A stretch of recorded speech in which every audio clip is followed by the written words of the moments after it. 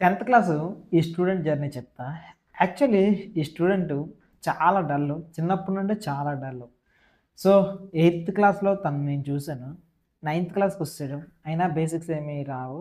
And 10థ్ క్లాస్‌కొచ్చేసాడు. ఇంకా 10థ్ క్లాస్‌లో అందరూ కూడాను ఆ స్టూడెంట్‌కి అడగాలి. సో, అందరూ తన మీద ప్రెజర్ చేసేవాళ్ళు. "ఏంట్రా నువ్వు ఇలాంటోడివి? నీ వల్ల చాలా ఇబ్బందవుతది కదా! నువ్వేంటి ఇంత డల్‌గా ఉన్నావు?" అందరూ అనడమే. స్కూల్‌లో స్టాఫ్ గాని, లేదంటే ప్రిన్సిపల్ గాని, ఇలా డిఫరెంట్‌గా ఉన్న వాళ్ళందరూ కూడా అనేవాళ్ళు.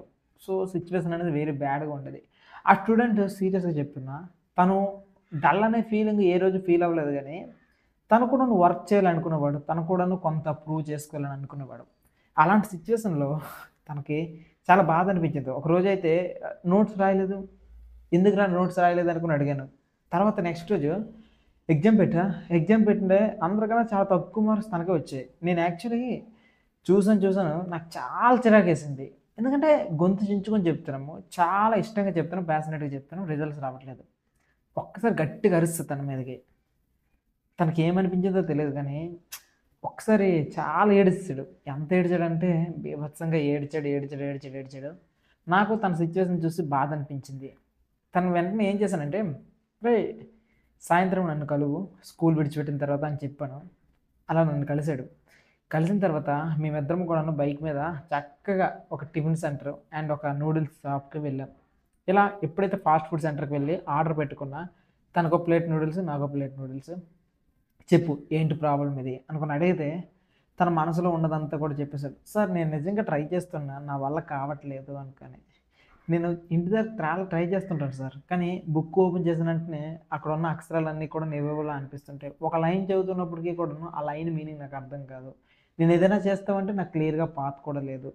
నేనేం చేయగలను సార్? నాకు చాలా బరువుగా అనిపిస్తుంది, భారంగా అనిపిస్తుంది అనుకుని అనేవాడు. ఎప్పుడైతే ఈ మాట అన్నాడో నేను తన సిట్యుయేషన్‌ని అర్థం చేసుకున్నాను. ఒకటే మాట అన్నా.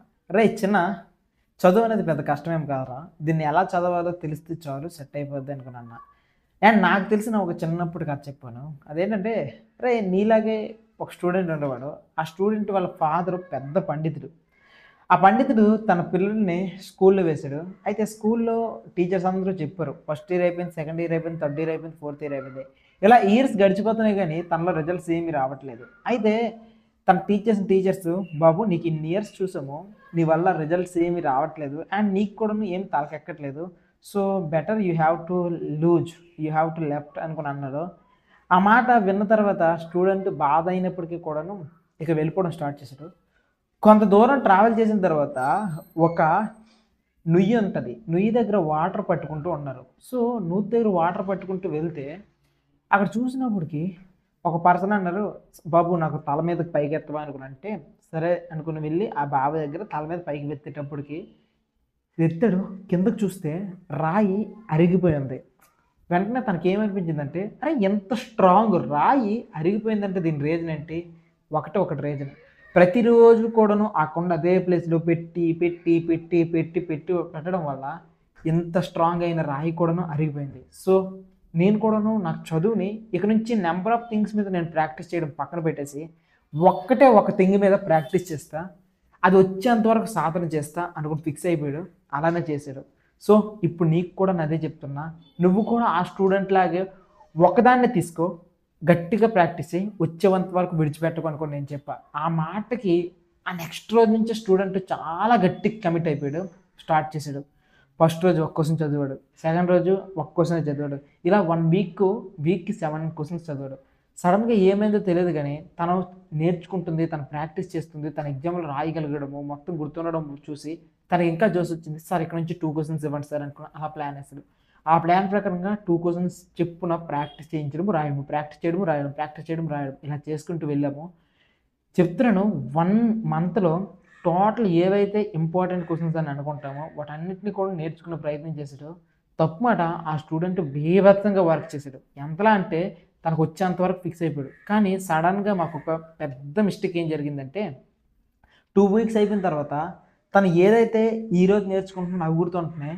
పాతవన్నీ మర్చిపోయాడు. సో, ఇలా అయితే కుదరదనుకోని చెప్పి రివిజన్ స్టార్ట్ చేశాం. ఈ రివిజన్స్‌లో ఒక గ్రేట్ విషయం తనకు తానుకే అర్థమైంది. అదేంటో తెలుసా?